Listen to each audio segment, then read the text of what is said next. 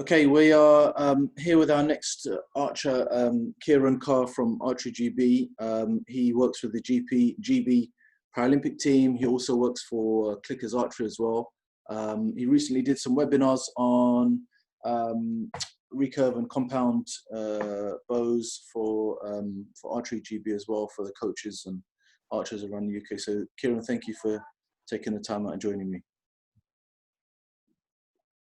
That's okay. Thank you for inviting me. No worries. Okay, so to kick off, how did you get involved with ArcheryGB and the Paralympic team, and what is your role with them? So I have been working for Clickers since I left school at 16, and then about 8, 9 years ago, time does fly a little bit, I got asked to help out on a couple of projects with them, just as a sort of a weekend thing. It sort of carried on for a couple of years like that, just adding a few more dates here and there to the diary. Then they advertised the post 2.5 years ago for a technician, which I applied for, and luckily I was lucky enough to get it. So that's how I've ended up where I am now. Excellent. And your job at Clickers, was it kind of front shop, or was it a little bit more specific? Yeah, so for probably 90% of my time at Clickers, I was in the shop. I managed shop for 6 or 7 years before I moved over to the warehouse when I started working for ArcheryGB. So although I do some customer facing bits, I now am mainly in the warehouse, sort of doing different projects here and there. Cool. And personally, you yourself, you're a recurve or a compound archer? I'm a recurve archer at heart. I just shoot compound because I'm lazy. I absolutely love shooting my recurve when I can shoot my recurve. Yeah. I don't get a lot of chance to practice. Those times are few and far between when I do. So I tend to shoot compound because it's easier, isn't it? Well, I was going to say, does that suggest that compound is easier, and in what way is easier? Because I'm sure a lot of compounders will be hearing it's like, no, it's not easier, it's actually harder. And yeah, I could hear the screams come out of the computer then. No, it's one of those things, and lots of people always say one is easier than the other. Normally, the compound is easier. I think they're both incredibly difficult to master. They are two entirely different sports with a lot of similarities. Right. I think recurve is very much about finesse. It's about elegance. It's about that repetition of everything from the moment you step on the line to the release of the arrow. That whole process is over and over again. Compound is, it's not irrelevant, but a lot of what you do is irrelevant. Compound is more about the last half a second of that shot being the same over and over again. How you get to that last half a second doesn't really make that much difference, but as long as that last half a second is the same. So it's a lot more, I find it like indoors especially, compound is a lot harder mentally. Just because you have to hit the 10 now. If you shoot a 9, that's pretty much game over. But for instance, my PB is 591 indoors with a compound. If I go down my club and my first 10 arrows are 9s, you go home. It's just not. Yeah, exactly. That's mentally, that's a really hard cookie to crack, because it is mentally draining. Whereas recurve, a 9 is kind of accepted indoors. Yeah, absolutely. And you're talking about a Portsmouth distance, or? Oh, that was a feature 18, sorry. Or feature 18. WA 18. All right. Show my membership years there. Okay, so I mean, how much? Okay, two questions. How much, in terms of a compound, how much of it is it a machine, and how much is it a bow? And then the second question is, you know, how much does a compound cover bad technique or person's faults? Good questions. I didn't get a preview to those ones. They're nasty. Sorry about that. Yeah, they're just rolling off. So okay, so a machine and a bow, they're the same thing. When we think of machine, we think of moving parts, things which are not so, doesn't have so much human interaction, if you know what I mean. Things can move by themselves. Obviously, ultimately, the bow has to be operated by a human, of course, but there are, you know, things which kind of are more connected and interlocking and things that are working together. Obviously, with compound, we're talking about the cams and things like that. You know, yeah, I suppose the compound is, it's more precise. That's a fact. So 100%. If I put a good set of arrows into a compound bow, you would expect a group size at, say, 50 meters or even 70 meters to be an inch, maybe an inch and a half across. Yeah.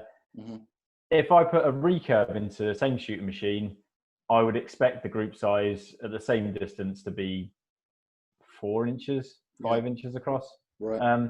So yeah, it is more precise by a long way.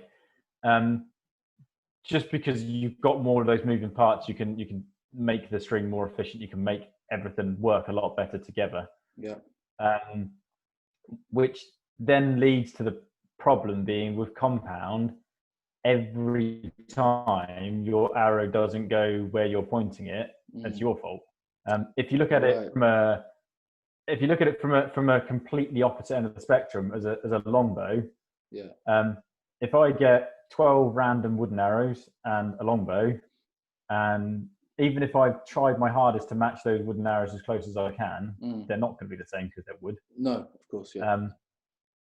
If I put that in a shooting machine, even at 30 meters, I would be amazed if all of my arrows are on the boss. Really? Okay. Yeah. So that's completely natural. It's not, there isn't any technology there. You go from that spectrum to recurve being somewhere in the middle, and then compound being everything that goes wrong is entirely blamed on you. You can't blame it on the kit. Well, you can, and people do regularly, but it's not actually the kit's fault. Sure. Yeah, I mean, a bow is, it's they say, you know, the bow is, you know, in terms of the whole picture of an archer, the bow and the arrows, that the archer themselves is the only variable, right? Because the bow is made to do what it's made to do, and it's going to do it 100 times over, and the arrow is going to fly the same way. But the archer is the person that is there's a bit more of a question mark, because it comes down to their technique and how they handle the equipment. Is that right or wrong? What do you think? Yeah, the archer is by far the biggest variable. However, equipment is catching it up very quickly. Okay. We now have gone to a really weird state in technology and bow design and consumer-driven industry, in that bows now are being given so many more adjustments, which is great for consumers because they think that's what they want. The problem with more adjustments, there's more tolerances, which means manufacturers can go, actually, I'm going to make that bit a bit worse, because they can change it and they can move it out. So we've kind of gone to the point where we had things that were really good and really accurately built and no adjustment, to not accurately built but loads of adjustment. So you've got to spend longer sorting out. So I think maybe in the next 20 years, I think we'll be in a situation where the equipment is possibly as big a variable as a person. If a person practices enough, the variance goes down a lot. Sure. But we can't take that out of kit unless people stop making adjustable kit. But that's not going to happen, because it's not, you can't do it. No, of course. And so that means that I guess equipment will definitely become a lot more tailor-made to the person themselves, which, I mean, obviously it is at the moment. You know, you can have for example, your compound and your arrows, I might not shoot as well with them as you would, because they're suited to you and your draw length, etc., etc. But it's going to get even to a higher level than that. I mean, it's going to get, more moving parts and things. Yeah, I think so. And it's a shame, because as customers, we want adjustability because it's cool, and and as a sport, we historically like to tinker with things. Yeah. But that's really not what we need. We need stuff that isn't adjustable, because then it's going to be more accurate. It's just a fact. I mean, there's the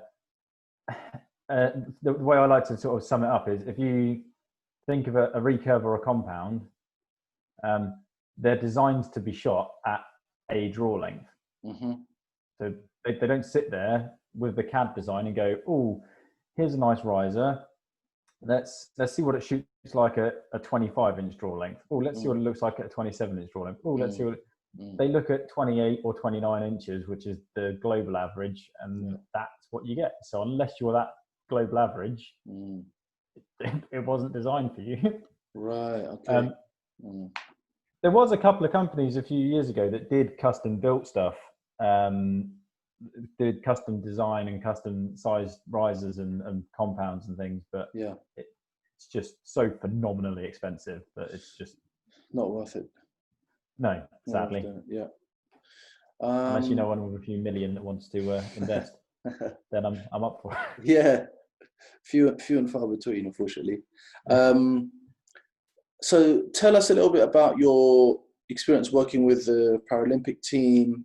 Obviously, no, you don't not name names, but just what type of disabilities have you come across, and what type of things have you done to find a solution to those issues?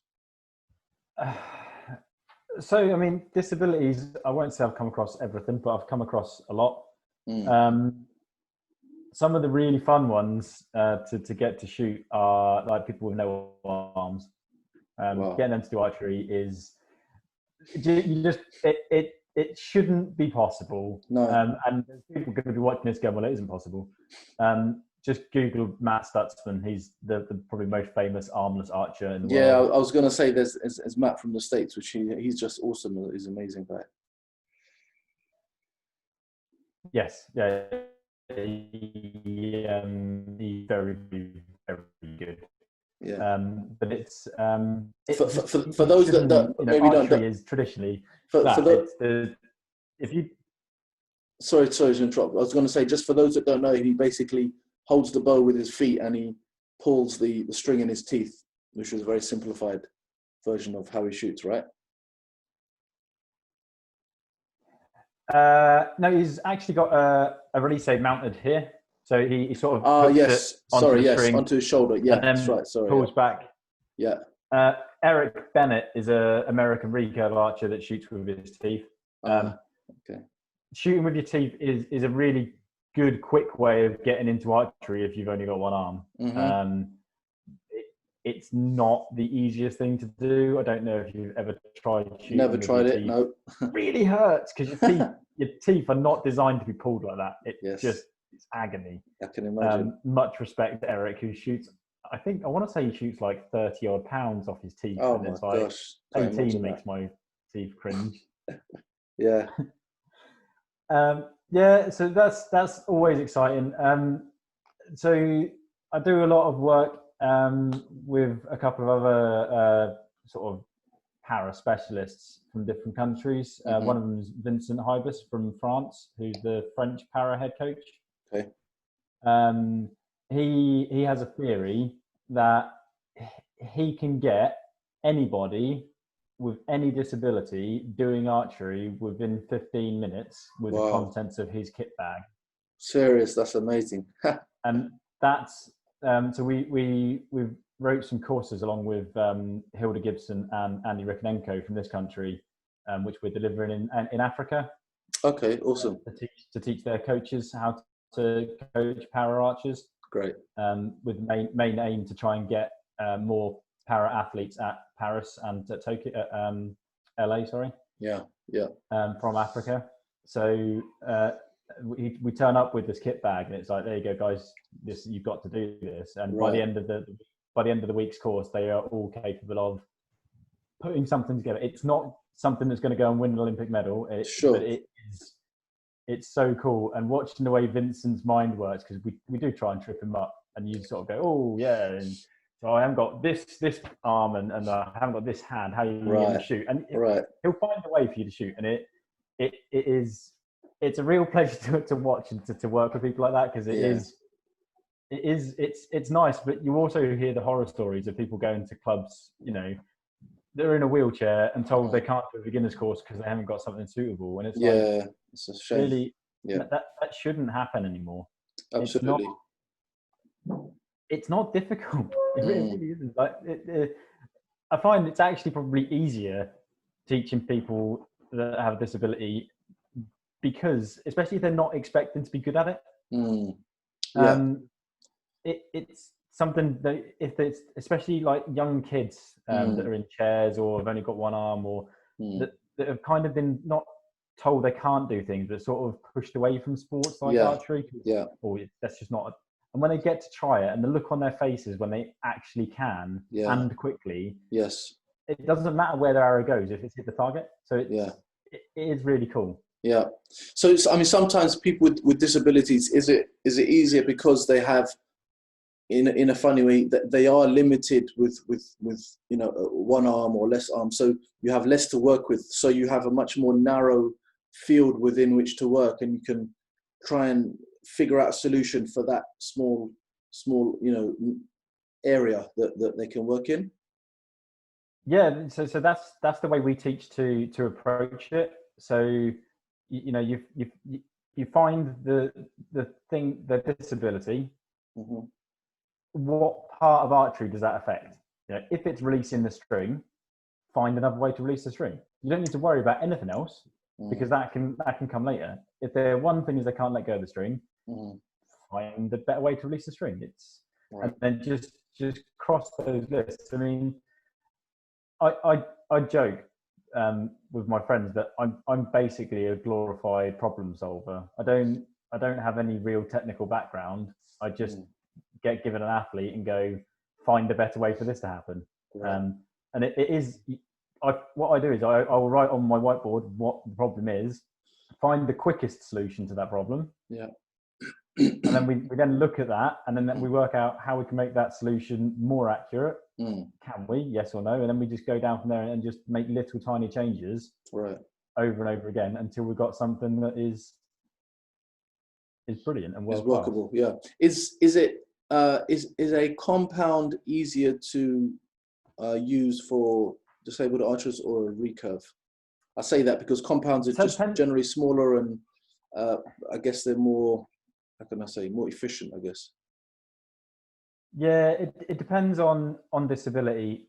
If you're shooting from a wheelchair, it can be quicker to learn with a compound just because of clearance. So if you've got a recurve, chances are the string will hit the wheel. This isn't an instant everyone in a wheelchair has to shoot compound, because that's by no means what should happen. But it is easier, especially as a club, if you can get something like a Matthews Genesis bow, which is effectively, it's a recurve with wheels. It has got a cam system on it, but it doesn't, there's no let off, there's no draw stop, but it's nice and short, and you can shoot it off your fingers. So it's a nice simple bow to learn on without any of the issues of getting tied up in a chair. Because it is trying to get the string away from the chair, although it's a fairly simple fix, it can take quite a long time to be noticed, because it's in front of the shooting line. Coaches don't tend to stand in front of the shooting line because you get shot. So you can't really see it unless you look for it, but you don't look for it because you can't see it. It's one of those horrible circle things. There is that that world-class Korean archer, the guy who's registered blind. I forgot his name, but how do you work with people who are like partially blind, or apparently he can only see just blurs of color or something? Tunnel vision. is what he's got, I think. Okay. Can't remember what his name is. Neither can I. We're going to finish this, and I'm going to go, it's... yeah, so VI archers is quite... So I don't deal with those in a work environment because, weirdly, VI archery isn't a Paralympic sport. Oh, really? Okay. I don't know when it will be. Is that because it's not seen as a physical disability? I mean, it's your eyes, but it's not like your arms or limbs or something. No, because they're part of the Para World Championships, right? But it's not part of the Paralympics. I think it's because there isn't enough registered VI archers. Okay. So because they won't put it in the games unless there's a certain amount, which kind of makes sense. Yeah. But the VI, every archer that wants to compete internationally as a para has to be classified. Okay. And classification for all the other classifications is reasonably inexpensive. Right. Classification for VI is incredibly expensive. Really? So there's not. Yeah, I don't understand eyes apart from mine don't work properly. But it's some technically you need a specific piece of kit and a specific qualified ophthalmologist or whatever it is to work that out. Okay. But hopefully it will come in. But actually, back to your question of VIs, it's as simple as everybody else. You know, the things to remember with VIs that I do chuckle to myself every time I see it, and I see it really regularly, is you go to a club where they've got a VI archer and someone's trying to help, going, so what you need to do is put your hand like this, and then do up here, and then right. They can't see it, so why are you showing? No, some VIs can see. That's great. Yeah. You kind of need to think outside the box on how you're going to explain things. So rather than like this, I'm going to put my index finger into the corner of my mouth. Right. And certainly VIs I've worked with in the past, it's, you know, they're happy for me to take hold of their hand and then put it into the corner of the mouth so they know what it is they're feeling. Right. So you do just need to be a bit more tactile and a bit more hands-on. Trying not to go back into and it's trying not to be normal coach mode where you just demonstrate, because demonstrating might not necessarily help. Yeah. That's the same for some learning difficulties as well. Is not to just demonstrate isn't sometimes enough. Yes, sometimes it's a bit more hands-on. It's some situation I wouldn't recommend. Yeah, so sometimes it's more about how you explain and how you teach them kind of what you're teaching. Yeah.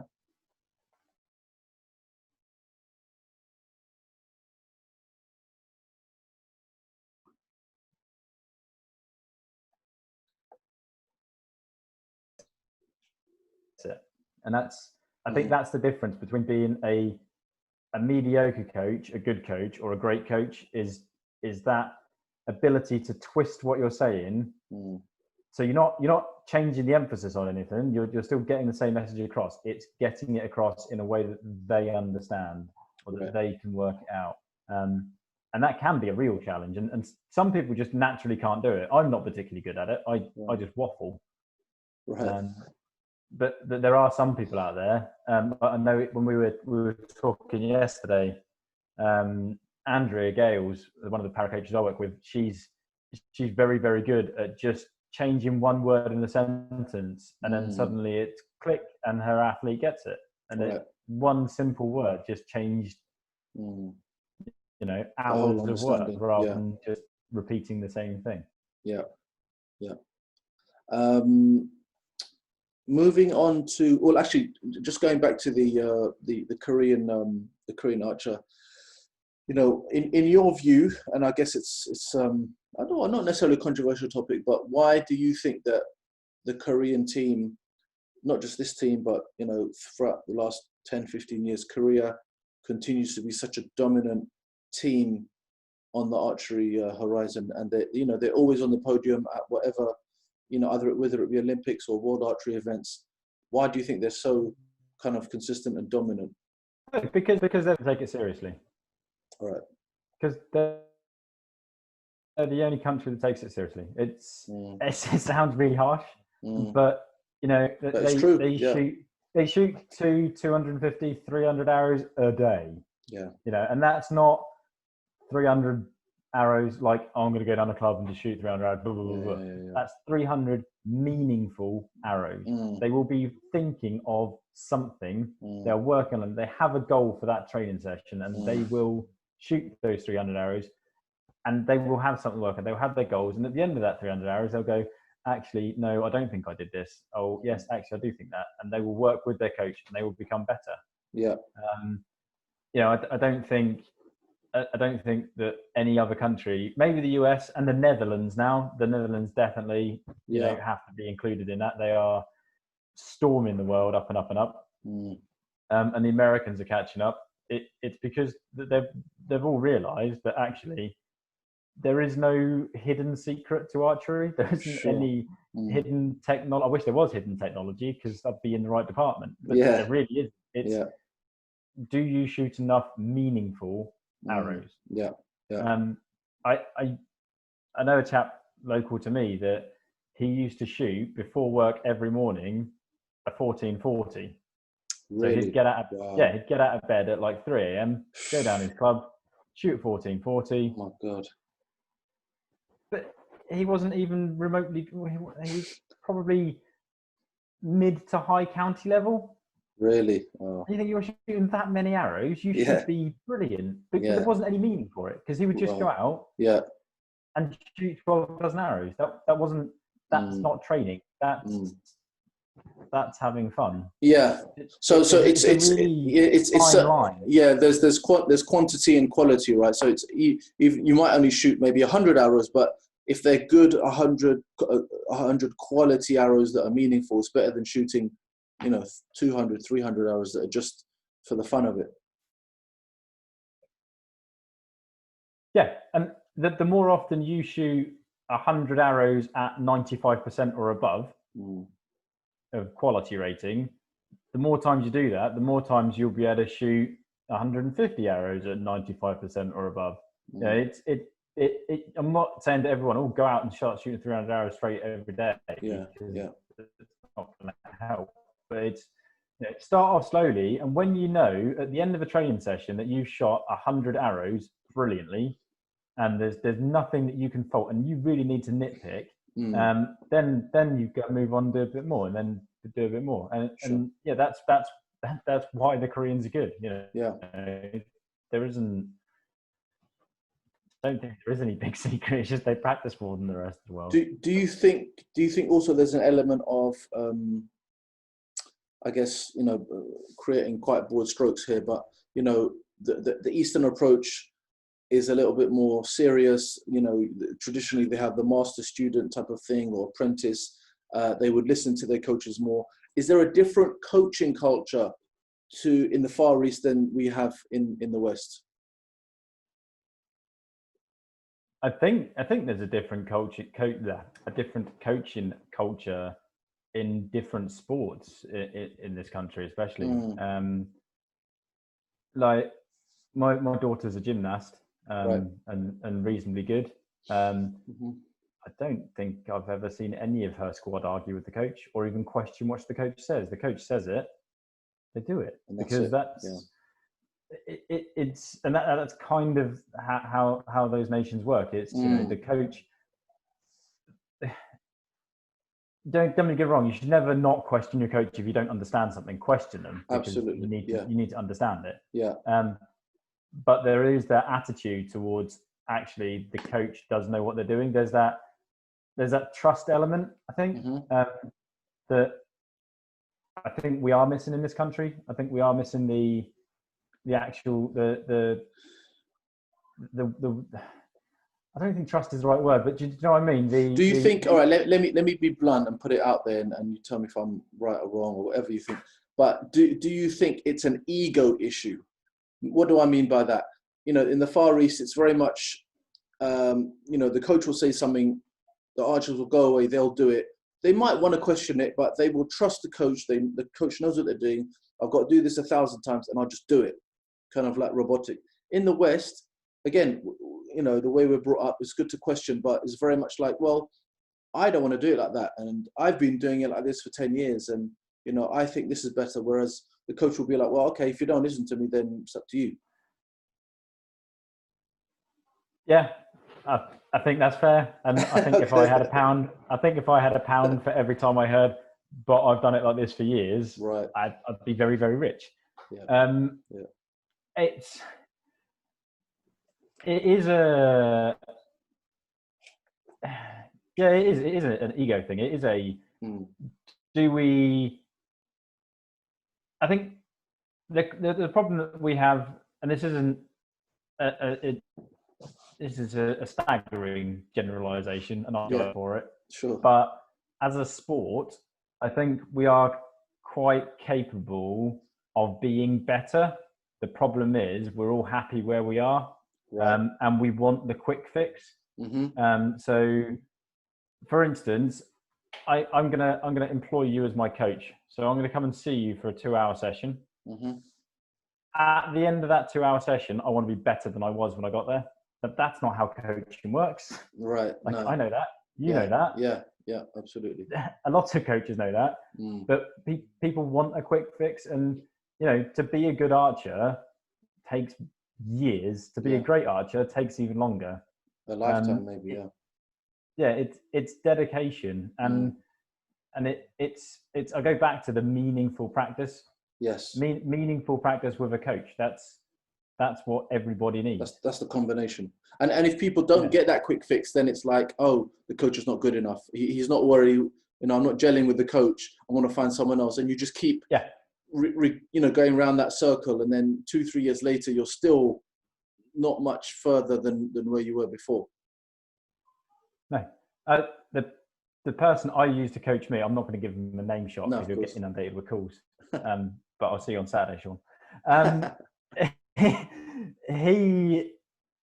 I don't even know what qualifications he's got. He might be a county coach. Right. I don't know. He might be level 1. I'm going to get in trouble now because I don't know that. But I work with some of the best country coaches in the country, if not the world. Yeah.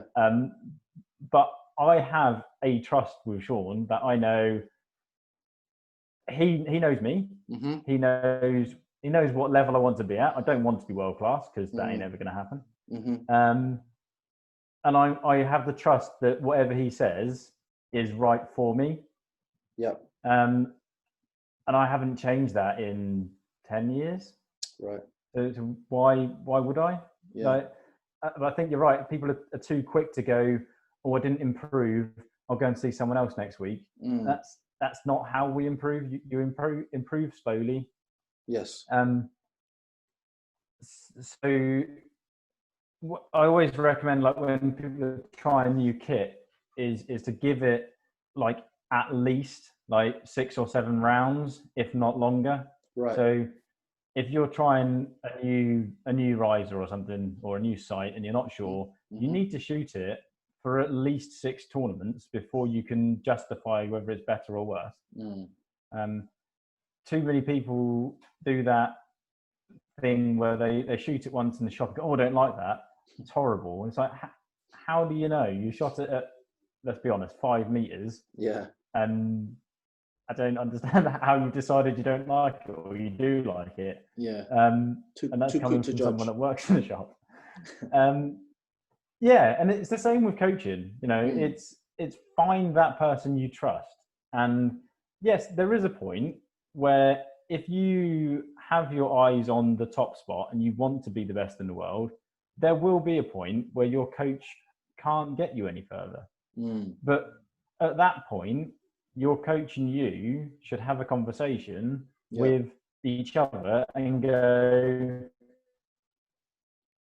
we don't work anymore. We're not getting to the next stage. I think you should try and work with someone else, this person. Yeah. And it's coaches working together as well. I mean, in that respect, I think because professional coaches in archery are very, very few and far between, we kind of try and hog our athletes So we're very quick to go, oh, no, I'm looking after her. I won't take advice on her. Yes. And it's just like, well, actually, if we did seek advice, they'd get better quicker and you'd get a better rep as a coach. So it's not, and using that word ego again, it's not bad for your ego to ask for advice in front of your athlete. Believe me, it's really good as an athlete to see someone go, I'm not sure, I need help. Yes. Is actually reassuring because they know you're not making it up on the spot. Right. It reinforces the trust because they know that you're just being honest and you're not too big to ask for help. I was speaking with we did another interview with Patrick Houston, also on the GB team, and I think Northern Ireland guy, very very nice guy. We were talking about, again, also spoke about coaching culture, Koreans, etc.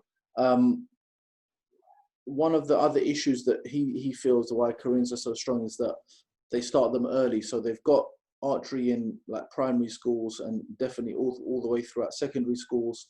And what happens is, although they don't have a massive pool of top archers in Korea, the archers that don't make the team A or B team, they will actually kind of go back into the school system and start teaching kids from a very young age. So the quality of coaching that the kids are getting is kind of maybe as good as, if not better than, what we're getting as adults here in the UK. And so as the kids are coming up through the system, the ones that stick with it, when they come out of secondary and university, they're already at a very, very high level. I think that's something that, I think we're missing also in this country. What do you think? Yeah. And, I look at, but it's quite amusing from my point of view, like looking at my kids' primary school. I don't think either of my kids have ever watched a football game in their lives because I don't follow football. I have no interest in it. Yeah. Okay. So they have no interest in it because they've not wanted to. They're interested in archery and gymnastics. That's their things. Yeah. But you look at their school and the concept that there are other sports other than football. That, I mean, archery you're never going to get mega rich on, but you can make a comfortable living out of it if you're very good. So it's kind of, it's really weird that we're obsessed with becoming a sort of 6 or 7 or even 9 or 10, becoming a multi-millionaire footballer, and the chances of that happening are millions to 1. But actually, 0. Yeah, you've got quite a high chance of being a reasonable archer if you started at 7 or 8. Yeah. So I don't know why we're not pushing it. I think as a sport, we are deemed as dangerous, which we're really not. We're probably one of the safest sports there is.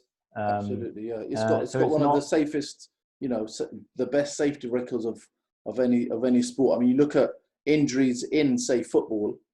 I mean, the injuries and the kind of career-ending injuries that you have in that sport is just horrendous. I mean, and if you to look at the numbers, you think, why is this sport still,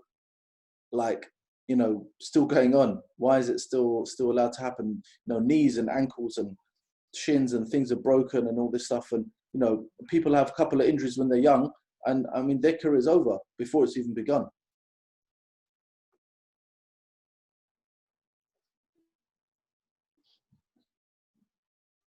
At the age of 10, and then that's kind of how I ended up where I am now. But it is I think we do need a drive. I mean, we've got the Arrows archery kits, which are the primary school kits, to try and get more kids into shooting, and I think that's great. But we do need to take it a step further. We do need to not just introduce them to it. We need to encourage them. We need to encourage inter-school archery competitions. We need to encourage all of those little things that, if we start off with 1 million kids doing archery, the chances of some of them carrying it on is quite high, isn't it? Absolutely. But we're not. We're starting with currently 50? Yeah. I don't even know how many. It's not a lot of people doing archery. It's a very small pool. So, I mean, the good ones that will come out of that, the chances are so much smaller as well. Yeah. And then we do lose a lot of archers because I think archery is boring. It's not. It's not. You're meant to be selling it, Kieran. You're not doing it. You're not a very good salesperson, are you? But it is boring because I know what you mean. most club setups make it boring. Yes. Most club setups are, let's go to the line. We're going to be dead silent on the shooting line. We're going to be dead silent when everyone else is shooting. We might have a little bit of a conversation more to the target. Guys, that's not how archery is anymore. Internationally, I can't remember the last time there wasn't music blaring at a tournament. Sure. And I think that's the sort of thing. If we actually started, so if you're running a Portsmouth round next week at your club, right? Put a CD player on. Play some music. It's actually a good drill to replicate distraction and things like that as well. If you do go to a competition, right? Yeah, definitely. Just play music. Just as one little thing. Allow talking, because well, I've had to shut the door because I've asked the kids to be quiet for an hour while I'm doing this. Yeah. It's not going to happen. Yeah. That's what kids do. Kids want to have fun. They want to shout. They want to scream. Absolutely. Maybe not shouting and screaming. We can encourage them to talk and have fun and make jokes while they're shooting. I think that's what we're missing. We need to up our child friendliness and our young person friendliness, because we are a bit miserable and boring sometimes, but because we've always done it, it's hard to change. It's hard to change that habit. Yeah, absolutely. Start the revolution and going to walk around with a boombox from the 90s to every archery club. Yeah, the next school I go into, I'll come in with a big stereo, something like that. Talking about elite archers and getting to top level, how hard is it in this country to get to that level and get sponsored? And it's a bit of a double-edged sword, because in order to get to a top level, it helps to have someone sponsor you, pay for your kit, travel, etc., etc. But you can only get there if, once you're, a lot of archers don't have a sponsor. They only get sponsored once they get to that top level, if you know what I mean. So it's a bit of a conundrum there. Do archers? Yeah, and where does funding come from in this country for people who want to get to elite archery level? I think. And is there enough of it? No, quite frankly. Mm-hmm. I think the major problem now, I will look back and I'll try and find the exact date it happened, but at some point in the last 15, 16 years, mm-hmm. people just got sponsored. There wasn't a rationale for it. Wow, really? They just got sponsored. Wow. To get any form of sponsorship 15, 16 years ago, you had to be on the squad. Right. And I'm not talking about the academies or the development squads or anything like that. You had to be on a plane going on a trip to get sponsorship. That's pretty much how it worked. Right. Now, because more and more people are becoming sponsored, more and more people feel they need to be sponsored, which means they get sponsored. The problem with sponsorship is you end up getting kit. It doesn't actually work for you. You're getting kit because it's free or because it's cheaper. Yeah. That's no way to progress in this sport. Believe me, you are just making a rod for your own back. Yeah. There are, I can't speak for every county and every city, but there are sports development funds in a lot of places. I know, I can't remember if it's active Norfolk or what the department is for Norfolk County Council. There is a sports grant. It's not massive, don't get me wrong, but it's it's something. And if you can prove that you are trying to do something, and this is what you want to achieve, and this is my timetable, and then there is money available. I think one of our problems as a sport is for all of our sponsorship and all of our money, we look internally, and that I can't work that out, because archery has a finite pot of money that's this big. Mm-hmm. We've got to share it between all of the archers. Mm. So why don't we look out here? Yeah. You know, if this business over here has got millions of pounds, why are we looking in archery, which only has hundreds of thousands? Exactly. Yeah. I mean, in Korea, you know, that they get like the big companies, Hyundai and all these corporate companies behind them, sponsorship and things like that. But I just don't see that in this country. I think even in the States, you know, obviously it's a bigger country, there's more companies, but I just don't. I feel again we're just looking through this little peephole, and we're not looking at the big picture. Yeah, and I don't think we try hard. If I'm honest, I think you could. I think you could, as rather than looking for individual sponsorship, because as someone that's been in business most of his life, why would you want to give that much money to one person? Your advertising is really small. Yes. You know, why don't I, as a club, say, look, we've got 30 members that regularly go to tournaments all over the UK. You know, could we have £1,000, please? You know, start small and then get bigger. You know, if you write straight away saying you need 10 grand to send these 30 people around, I think the answer is going to be no. If you start off with 1,000 from one company, great, and then maybe next year or a couple of months' time, you go, could we do? You know, I think it's. But look outside of the sport. You know, because we're going to bankrupt ourselves if we're not careful. Because all this money is it's not going anywhere. We need outside money into the sport. Yeah. Like, just look at companies. So I was involved in scouting, and looking at companies to give the scouts money to do things like change a roof or things like that on the scout headquarters. I can't remember who it was, but it's one of the big waste disposal companies, because they have to pay landfill tax, and anything they give to charity takes a percentage off that landfill tax. Okay, right. So a lot of them are very inclined to give money to people because they have to give it to the government. Yeah. So why would they not? You know, so look at the people that are doing horrendously bad things to the environment. Look at the people that you wouldn't associate. You know, just try. Try different places. You know, McDonald's, for instance, it's a lot of money. They might give you 500 quid. I don't know. Try. Yeah. It's one of those things. I'm not by any means a fundraiser. I just find it really amusing that we just look inside all the time when there's loads of money out of our sport, and we need that money in our sport. Why not try different places? Yeah, and I mean, at the moment, ArcheryGB, apart from membership fees and things like that, it's like Sport UK funding. Is that's the majority of where their money comes from, right? So as a performance unit, I can't speak for the rest of ArcheryGB. As a performance unit, we're paid by UK Sport.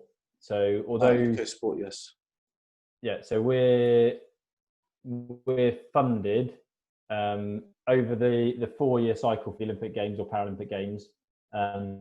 There's X amount of money that we're allowed to spend on wages, and that is basically then divided up between however many staff you have.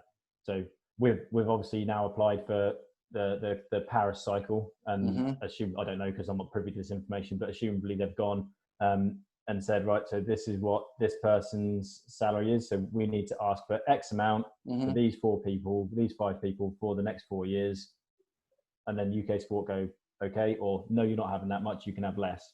So so we're funded, so we're not, none of our salary comes from the members.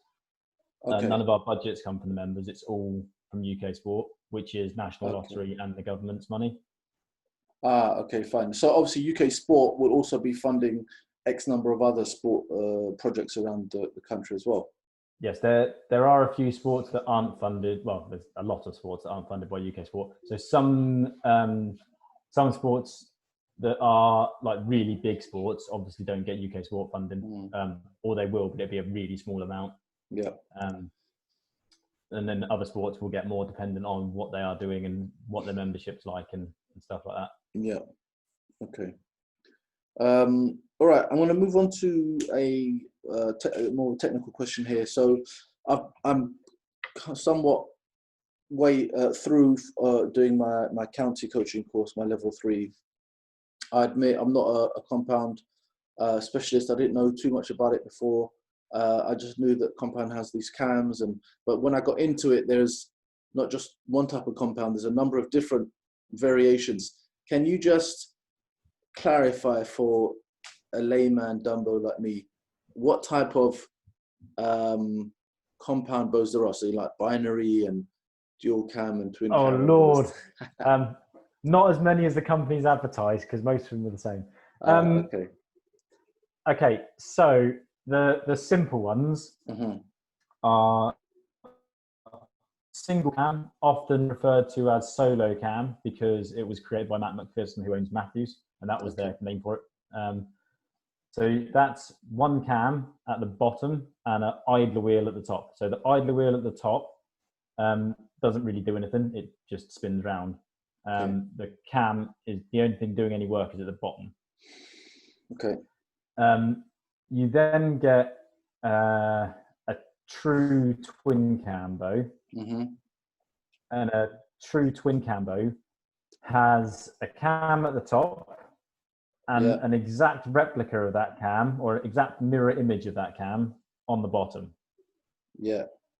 So on a, I haven't got pictures to show you, but yeah, I'm sorry. I should have asked you to maybe bring a bow along or something like that. But but yeah, it's basically a mirror image on the bottom. Yeah. Okay. There's